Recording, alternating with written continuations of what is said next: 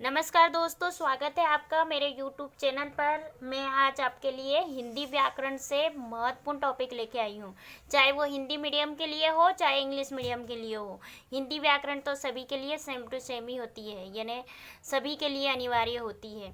तो उसी व्याकरण से मैं महत्वपूर्ण टॉपिक लेके आई हूँ, समास। जो समास हमारा होता है वो सभी कक्षाओं के लिए कंपलसरी होता है ना। जैसे ये एग्ज़ाम में पूछा जाता है, यहाँ तक कि हमारे 4 नंबर हमको ये दिलवाता है ना। तो यहाँ पे जैसे हमारा मेन टॉपिक है समास, सॉरी समास, है ना। और इसका मीन्स होता है कि किसी भी चीज़ को बोला जाए तो उसको शॉर्टकट में बोला जाए, यानी कि उसका संक्षिप्तीकरण किया जाए या उसको छोटे वर्ड में बोला जाए। क्या किया जाए? उसका संक्षिप्तीकरण किया जाए या फिर उसको छोटे वर्ड में बोला जाए। अब छोटे वर्ड में बोला जाएगा मीन्स क्या हो सकता है हमारा, जैसे कि मैंने एग्जांपल के लिए किसी डिश का नाम बताती हूँ, किसी व्यंजन का नाम बताती हूँ, तो उसको हमें ऐसे करके, जैसे हम बोलते हैं कि कहीं पे लेने जाते तो बोले दही में डूबा हुआ, डूबा हुआ बड़ा। क्या बोलेंगे हम? बड़ा। डूबा हुआ बड़ा, यानी कि भाई दही में डूबा हुआ बड़ा दे दो। अरे भाई इतना बड़ा बोलने से तो अच्छा है कि उसको शॉर्टकट में बोल दो। क्या बोल दो? कि दही बड़ा दे दो। क्या बोलेंगे हम उसको? दही बड़ा दे दो। यानी ये हमारा क्या हो गया? समास हो गया। क्या हो गया हमारा? ये समास। भाई इसमें से हमने ये वाली जो चीज़ है उसको लुप्त कर दिया है। लुप्त का मीन्स क्या होता है? गायब कर दिया।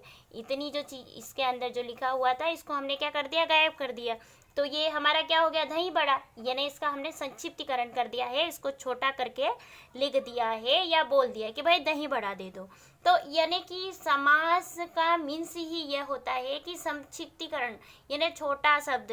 ये बिल्कुल आसान भाषा में आपको मैं बता रही हूँ। तो ये इसका क्या होता है? मीन्स होता है।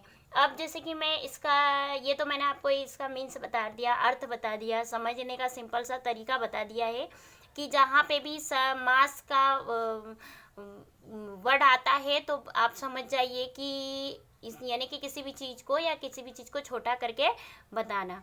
अब इसकी एक जो परिभाषा होती है, उदाहरण के लिए ये तो उदाहरण था, अब इसकी परिभाषा है, तो परिभाषा क्या रहेगी हमारी? कि दो या दो से अधिक शब्दों के मिलकर बने नए शब्द को समाज कहते हैं। यानी कि क्या होता है, जैसे हमारे संधि में क्या होता है? दो या दो से अधिक वर्णों से मिलकर बने शब्द को संधि कहते हैं। और वे यहाँ पे क्या हो रहा है कि दो या दो से अधिक शब्दों के मिलकर बने नए शब्द को समास कहते हैं। आप यहाँ से देख के लिख सकते हैं, और या फिर स्क्रीनशॉट ले लीजिए आप, तो डायरेक्टली अच्छा वर्क कीजिए। और जैसे कि अब मैं आपको समझा ही रहा हूँ तो आपको तो काफ़ी अच्छे से समझ में आ ही रहा होगा, ये तो मुझे पता ही है। अब जैसे कि हम, ये तो परिभाषा हो गई है हमारी, एंड समाज का अर्थ भी पता चल गया है। अब इसमें भी बात आती है कि भाई इसके कितने प्रकार होते हैं, कितने प्रकार की होती है समास, कितने प्रकार के होते हैं। क्योंकि जो भी हम जिस भी, जैसे चाहे संधि हो तो संधि पढ़ेंगे तो उसमें भी हम प्रकार ही ढूंढेंगे, अलंकार पढ़ेंगे तो उसमें भी हम प्रकार ही, अधिकतर हम प्रकार पे ही अब बात आके अटक जाती है। क्योंकि समास की परिभाषा हो गई है और इसका मीन्स अर्थ पता चल गया है। तो अब हम जल्दी से जल्दी चलते हैं उसके प्रकार के ऊपर या उसके भेद के पास। तो वैसे तो ये हमारे कितने प्रकार का होता है? 6 प्रकार का होता है, ये पहले से ही हमको पता है। अब जैसे 6 प्रकार का होता है, नहीं याद रहता है तो भाई सिंपल सा है कि जैसे हम लिखते हैं समास, यानी कि इसमें से इसको गायब कर दो तो पीछे क्या बचेगा? ओनली हमारे पास मास। और मास का मीन्स क्या होता है? महीना, है ना। अब महीने यानी कि 1 ईयर्स जो होता है हमारा, यानी कि 1 साल या 1 वर्ष जो होता है उसमें 12 महीने होते हैं, तो उसका भी आधा कर दो भाई, उसका भी समास कर दो, संक्षिप्तीकरण कर दो, तो वो क्या हो जाते हैं? 6। तो यानी कि हमारे क्या हो जाएंगे? 6 उसके प्रकार हो जाएंगे। वो 6 प्रकार क्या क्या है तो आप ध्यान से देख सकते हैं। 6 प्रकार होते हैं, देखिए समास के 6 प्रकार होते हैं। समाज के कितने प्रकार होते हैं? 6 प्रकार होते हैं। सिंपल से प्रकार होते हैं, आपको याद करने का सिंपल सा तरीका रहेगा, कोई इसमें बिल्कुल भी आपको परेशानी नहीं आएगी। 6 प्रकार होते हैं। अब बोले 6 प्रकार तो होते हैं, ये तो हमने काफ़ी अच्छे से समझ लिया कि 6 प्रकार होते हैं, लेकिन होते कौन कौन से हैं? तो आप देख सकते हैं। जैसे कि बात करेंगे हम 6 प्रकार होते हैं, तो उसमें जो फर्स्ट प्रकार है हमारा पहला वाला जो है वो कौन सा है, हमारा अव्ययी भाव समाज। कौन सा है, अव्ययी भाव समाज। दूसरा है तत्पुरुष समाज, और तीसरा हमारा है कर्मधारय समाज। चौथा हमारा है द्विगु समाज, द्वंद्व समाज। पांचवा कौन सा है हमारा, द्वंद्व समाज और बहुब्री समाज। अच्छा, ये थोड़ा सा आपको कठिन लग रहा होगा कि इतने 6 समाज है, हम इनको कैसे याद करेंगे। तो भाई मैंने है ना एक सिंपल से ट्रिक भी लिख रखी हूँ। देखिए यहाँ पे जो ट्रिक है वो बिल्कुल वेरी इजी ट्रिक है। आपको इतना याद करना है, द्वंद्वी अब तक। क्या याद करना है आपको, द्वंद्वी अब तक। इतना आप याद कर लीजिए, आपको काफ़ी अच्छे से ये याद हो जाएगा। अब बोलिए कैसे याद होगा, जैसे मैंने किया है द्वंद्वी, यानी ये वाला आगे वाला जब मैं शब्द ले लेती हूँ, वर्ण ले लेती हूँ, तो यहाँ पे आप देख सकते हैं द्वंद्वी, यानी कि इसके आगे मैं लिख देती हूँ आपका द्वंद्व, यानी द्वंद्व से द्वंद्व समाज, द्वंद्व से द्वंद्व समाज। अब दी लगाएंगे, इसके आगे लगा दूंगी तो ये हो जाएगा हमारा, क्या हो जाएगा, द्विगु समाज। अब भाई बचा क्या है हमारा, अब तक, द्वंद्वी अब तक, यानी द्वंद्वी अब तक। द्वंद्वी का मीन्स तो पता चली गया है। अब का मीन अ से हम यहाँ पे अ लिख देंगे, तो अ से हमारा हो जाएगा अव्ययी भाव समाज, एंड ब से हमारा हो जाएगा बहुब्री समाज। अब बचा क्या है यहाँ पे, तो बचा है मैम, यहाँ पे बचा है तक, यानी त से हमारा हो जाएगा तत्पुरुष समाज, एंड क बचा है भाई लास्ट में, तो यहाँ पे हो जाएगा हमारा कर्मधारय समाज। तो वेरी इजी ट्रिक है, आप इसको बस एक बार याद कर लीजिए, तो आपको कभी आप समाज भूल ही नहीं पाओगे।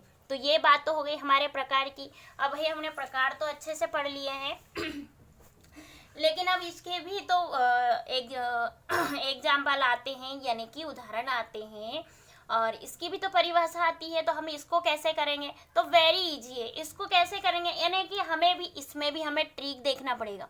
देखो आज अभी हम अगर ट्रिक से करेंगे तो काफ़ी अच्छे से समझ में आएगा। कोई सी भी चीज़ हम लीजिए, लेकिन उसको हम सिस्टमैटिक तरीके से करेंगे तो वो फटाफट हमारे दिमाग में आएगी। और जब तक हम सिस्टमेटिक तरीका नहीं यूज़ करते हैं तो हमें कुछ भी नहीं आता है, ये तो आप लोग भी समझते होंगे। सो अब हम आगे बढ़ते हैं, इसके प्रकार हो गए हैं, लेकिन अब बात करते हैं हम अव्ययी भाव समाज। अव्ययी भाव समाज क्या होता है, तो देखिए, अच्छा इसमें क्या होता है बेटा, पद होते हैं। पद का मतलब प्रथम पद, द्वितीय पद, है ना, 2 पदों से मिलकर तो बना ही होता है ना। क्या होता है, तो प्रथम पद मतलब जो हमारा पूर्व पद होता है वो प्रथम पद होता है, जो उत्तर पद होता है वो हमारा द्वितीय यानी कि दूसरा पद होता है। सो ये तो आपको समझ में आता ही है। आगे हम देखते हैं, जैसे कि यहाँ पे लिखा गया है हमारे पास, क्या लिखा गया है कि क्या लिखा है हमारे पास कि अव्ययी भाव समाज। अव्ययी भाव समाज क्या होता है, अव्ययी भाव समाज, इसमें प्रथम पद छोटा क्या होता है, प्रथम पद का मीन्स होता है पहला पद। कौन सा पद बेटा, पहला पद। इसमें प्रथम पद छोटा होता है या प्रधान होता है। क्या होता है, प्रथम पद छोटा होता है या प्रधान होता है। क्या होता है हमारा इसमें, प्रथम पद छोटा या प्रधान होता है। और उपसर्ग वाले जितने भी शब्द होते हैं, उपसर्ग वाले जितने भी शब्द होते हैं वे हमारे अव्ययी भाव के ही होते हैं, अव्ययी भाव के ही होते हैं। एंड आगे देखेंगे, और यदि एक शब्द बार बार आए या रिपीट हो तो भी वह अव्ययी भाव कहलाता है। सो आपको समझ में आ गया होगा, सिंपल सी बात है कि भाई पहला पद प्रथम, ये जो पहला पद है वो छोटा होता है। वेरी सिंपल, फर्स्ट ट्रिक आपकी यही याद रखना है आपको अव्ययी भाव में, कि प्रथम पद आपका क्या होता है, छोटा होता है। इसके बाद क्या होता है, उपसर्ग लगा होता है। उपसर्ग आपको पता ही है कि उपसर्ग हमेशा शब्द में पहले ही लगता है ना, प्रत्यय पीछे लगता है, बट उपसर्ग आपका क्या होता है, पहले लगता है। तो यहाँ पे जो प्रथम पद छोटा होता है, इसके बाद में उपसर्ग लगता है। एंड एक और आप इसमें याद कर सकते हैं एक तरीका कि भाई कोई सा शब्द है जो बार बार रिपीट होता है तब भी हमारा अव्ययी भाव होता है।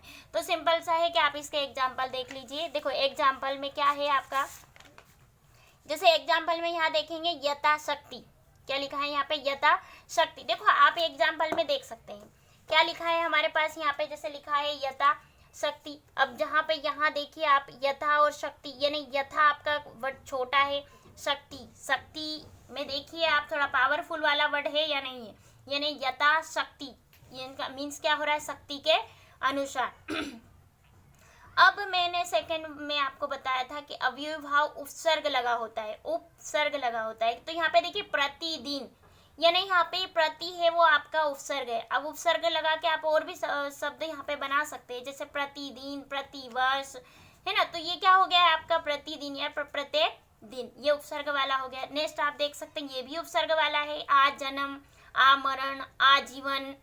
आया कि नहीं समझ में? तो ये क्या हो गया आपका उपसर्ग वाला है। जैसे ही आपका उपसर्ग वाला वर्ड आता है या वर्ड लगता है कि भाई ये छोटा है, तो आप उसको डायरेक्टली किस वाले पे टिक लगाएंगे, आप अव्ययी भाव समास पर आप टिक लगाएंगे। नेक्स्ट वाला मैंने आपको क्या बोला है कि और यदि एक शब्द रिपीट हो तो भी अव्ययी भाव कहलाता है। तो एक शब्द और रिपीट होता है, जैसे मान लीजिए यहाँ पे लिखा है रातों रात, यहाँ पे देखिए ये शब्द रिपीट हो रहा है, यहाँ आ गया है र और फिर यहाँ पे भी आ गया, जैसे त यहाँ पे आ गया है, ये तो आ गया। जैसे और भी एग्जाम्पल ले सकते हैं आप, दिनों दिन, हाथों हाथ।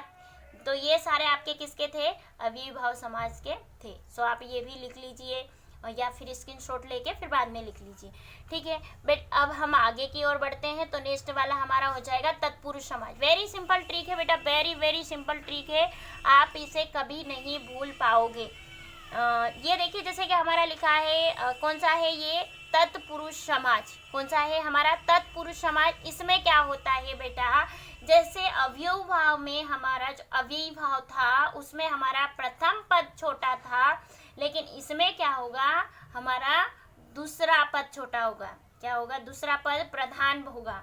जैसे क्या होता है, जिस समाज में दूसरा पद प्रधान होता है तथा दोनों के बीच में कारक चिन्ह, ये क्या है हमारा, यहाँ पे आप देख सकते हैं, जो कारक चिन्ह का लोप होता है। लोप का मतलब होता है गायब होता है, वो वहाँ पे छुपा हुआ रहता है। सॉरी, गायब भी नहीं रहता, छुपा हुआ रहता है, दिखता नहीं है लेकिन छुपा हुआ रहता है। जैसे कि जिस समाज में दूसरा पद प्रधान होता है, वेरी सिंपल ट्रिक है, तथा दोनों के बीच में कारक चिन्ह लोप होता है। अब कारक क्या होता है, जैसे के, से, लिए, ये ऐसे क्या होते हैं, ये कारक चिन्ह होता है। सो आपको पता ही होगा कि कारक चिन्ह क्या होता है। जैसे हम लोग आगे इसके एग्जाम्पल देखते हैं कि जैसे एग्जाम्पल के लिए ले सकते हैं हम कि मतदाता। क्या, जैसे हमने लिख दिया है मतदाता, क्या लिखा है एग्जाम्पल में, हम जैसे लिख सकते हैं एग्जाम्पल में कि मतदाता लिख दिया हमने, मतदाता। भैया हम यहाँ पे ध्यान से देख सकते हैं हमारे पास ये क्या लिखा है, मतदाता। अब इसमें आपको देखो कारक चिन्ह लोप दिख रहा होगा, कारक चिन्ह इसमें लोप दिख रहा होगा, क्योंकि जब हम इसको पढ़ेंगे, जब हम इसको समझेंगे तो तब हमारा क्या हो जाएगा, ये मतदाता है। तो हम जब इसको हम करेंगे तो क्या होना चाहिए कि मत को देने वाला, यानी मत को देने वाला दाता, तो हो गया वो मतदाता। अब देखिए यहाँ पे जैसे कि ये तो हो गया है, मतलब के लिए हमारा क्या है, कारक चिन्ह है।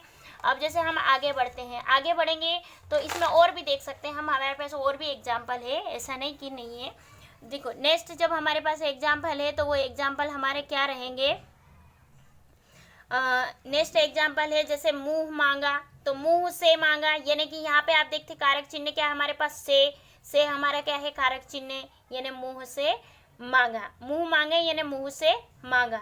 हथकड़ी, भाई हथकड़ी यानी हथकड़ी का मीन्स होता है हाथ के लिए कड़ी, यानी कि यहाँ पे देखिए आप ये के कारक चिन्ह हमारा क्या है, ये के कारक चिन्ह किसके लिए कड़ी है भैया, ये हाथ के लिए कड़ी यानी हथकड़ी। धनहीन यानी धन से हीन, यहाँ पे आप देख सकते हैं ये आपके पास कारक चिन्ह आ गया, यानी कि सिंपल सा है भाई कि तत्पुरुष समाज में जिस समाज में दूसरा पद प्रधान होता है और दोनों के बीच में कारक चिन्ह का लोप होता है, वो हमारा तत्पुरुष समाज होता है। सो ये तत्पुरुष समाज भी हमारा क्लियर हो गया है। वीडियो को बिल्कुल छोटा करते हुए मैं फटाफट आपको आगे के भी समझा देती हूँ।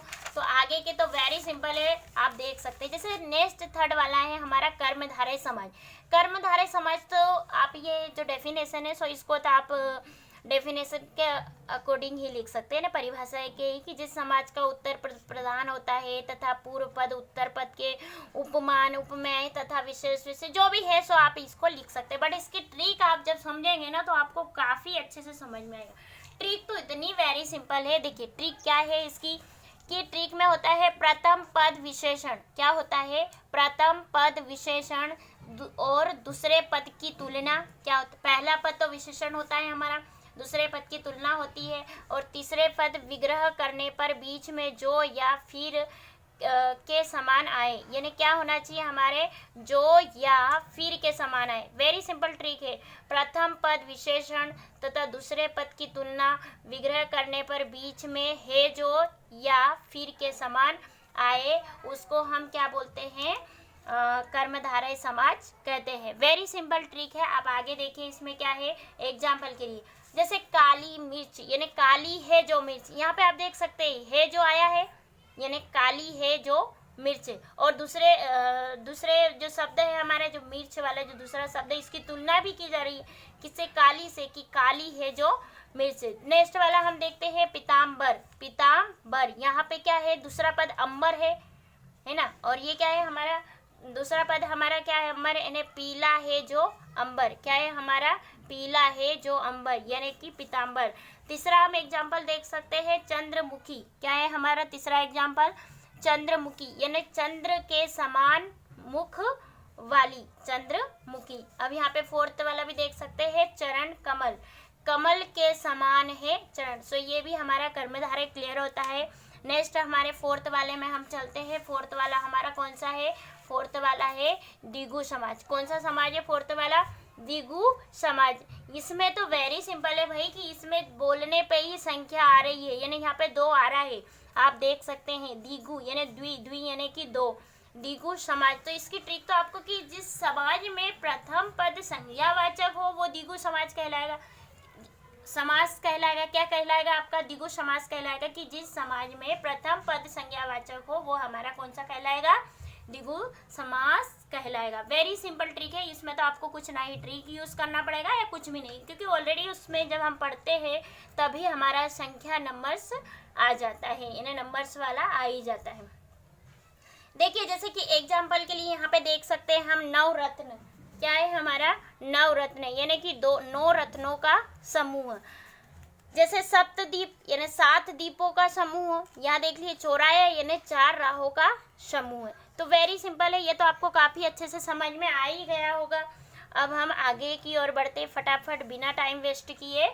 अब बेटा हमारा आता है द्वंद्व समाज। क्या आता है, द्वंद्व समाज। भाई द्वंद्व की बात हो रही है, यानी द्वंद्व का मीन्स होता है झगड़ा, यानी कि दोनों पदों में पावर होता है, दोनों का मान सम्मान होता है। क्या बात क्या हो रही है हमारे यहाँ पे, द्वंद्व की। द्वंद्व समास में क्या होता है, कि दोनों पद प्रधान होते हैं। क्या होता है, दोनों पद प्रधान होते हैं। इसमें वेरी सिंपल है, ट्रिक भी आपको याद नहीं करना पड़ेगा, ट्रिक भी आपको नहीं समझना पड़ेगा, पर आप ट्रिक भी याद कर सकते हैं। अगर आपको नहीं समझ में आ रहा है तो ट्रिक भी मैं आपको बताऊंगी। देखो क्या है, कि जिस समाज में दोनों पद प्रधान होते हैं वह विग्रह करने पर और अथवा एवं लगते हैं। अगर हम विग्रह करेंगे तो उसमें और भी यूज होगा, अथवा भी यूज होगा, एंड ये एवं भी यूज होगा। ठीक है, उसे हम द्वंद्व समाज कहते हैं। लेकिन इसकी ट्रिक अगर आप करना चाहो तो ट्रिक भी देख सकते हैं। ट्रिक वेरी इजी है। दोनों शब्द एक दूसरे के उल्टे होते हैं, है ना, दोनों शब्द एक दूसरे के उल्टे होते, दोनों पद प्रधान होते, ये ट्रिक है इसकी। जैसे कि माता और पिता, जैसे हम फॉर एग्जांपल के लिए ले सकते हैं माता और पिता। भाई माता जितनी जरूरी है उतने पिता भी जरूरी होते हैं। रियली है ना, कि माता जितनी जरूरी होती है उतने पिता भी जरूरी होते हैं। मतलब दोनों पद प्रधान है और दोनों एक दूसरे के उल्टे। जैसे माता और पिता, यहाँ पे देखेंगे पाप पुण्य, यानी पाप और पुण्य। यहाँ पे देखेंगे दुख सुख, यानी कि दुख और सुख, और रात दिन, यानी रात और दिन। यानी सिंपल से ट्रिक है भाई, कि जैसे एक गाड़ी में 2 पहिए होते हैं तो वो एक दूसरे के बिना नहीं चल सकते हैं, वैसे ये भी एक दूसरे के बिना ये कंपलसरी होता है। अगर पाप है तो पुण्य भी होगा, अगर दुख आया है तो सुख भी होगा, भाई रात है तो दिन भी होगा। और माता और पिता दोनों कंपलसरी होते हैं। जितना हमारे जीवन में माता का भूमिका महत्वपूर्ण होती है, उतनी ही पिता की भूमिका भी महत्वपूर्ण होती है। भाई ये तो द्वंद्व समाज की बात हुई है, वेरी सिंपल थी। आई होप आपको काफ़ी अच्छे से समझ में आया होगा। ठीक है। अगर आपको मेरा समझाई हुई ट्रिक या मैं जो समझा रही हूँ वो आपको काफ़ी पसंद आ रहा है तो आप मेरे वीडियो को लाइक ज़रूर करें, शेयर करें और सब्सक्राइब भी करें, ताकि मेरा मनोबल और बढ़े और मैं काफ़ी अच्छे से और अच्छे अच्छे वीडियो बनाकर आपको समझाती रहूँ। नेक्स्ट देखिए आप, इसमें जो लास्ट बचा है और मेन इम्पोर्टेंट है, वो समाज में हमारा मेन इम्पोर्टेंट है, वो है हमारा बहुब्री समाज। वेरी सिंपल है, कौन सा है हमारा वो बहुब्री समाज। देख सकते हैं आप बहुब्री समाज कितना इजी है। भाई बहुब्री की जब बात आती है ना तो भगवानों की याद आ जाती है, क्योंकि अधिकतर इसमें जो एग्जाम्पल होते हैं ना वो गजानन, दशानन ऐसे एग्जाम्पल होते हैं। देखिए वैसे तो हमको आती है भगवानों की याद तो, क्योंकि उनके बिना तो पूरा संसार ही अधूरा है। देखिए यहाँ पे आप देखिए बहुवीरी की बात कर रही थी मैं। बहुवीरी इसमें क्या होता है ना, इसमें कोई भी पद प्रधान नहीं होता है।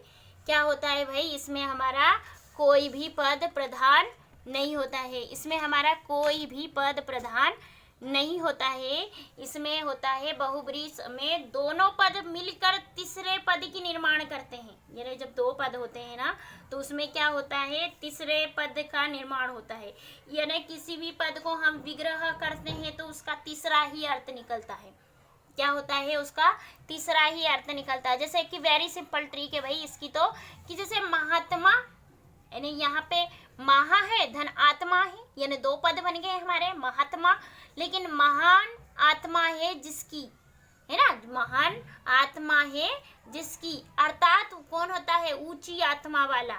जिस कौन से, ऊंची आत्मा वाला। नेक्स्ट वाला देखेंगे लंबोदर, लंबा है जिसका उधर, या लंबा उधर है जिसका, है ना, वो हमारा कौन सा होता है। देखो यहाँ पे जो पद तो हमारे और कुछ निकल रहे हैं, लेकिन अर्थात उसका तीसरा जो आंसर है वो तीसरा ही निकल रहा है। उत्तर क्या निकल रहा है हमारा, गणेश जी। लंबा उधर है जिसका, अर्थात गणेश जी। जैसे यहाँ पे लिखा है नीलकंठ, नीलकंठ है जिसका, नीलकंठ है जिसका, अर्थात शिव जी। वैसे ही मक्खी चूस, भैया टू वर्ड है लेकिन निकल क्या रहे हैं यहाँ पे, व्यक्ति, यानी बहुत कंजूस व्यक्ति। सो ये हमारे आज समाज क्लियर होते हैं और काफ़ी अच्छे से आपको समझ में आया होगा। धन्यवाद, मिलते हैं हम सब आपसे नेक्स्ट वीडियो के साथ।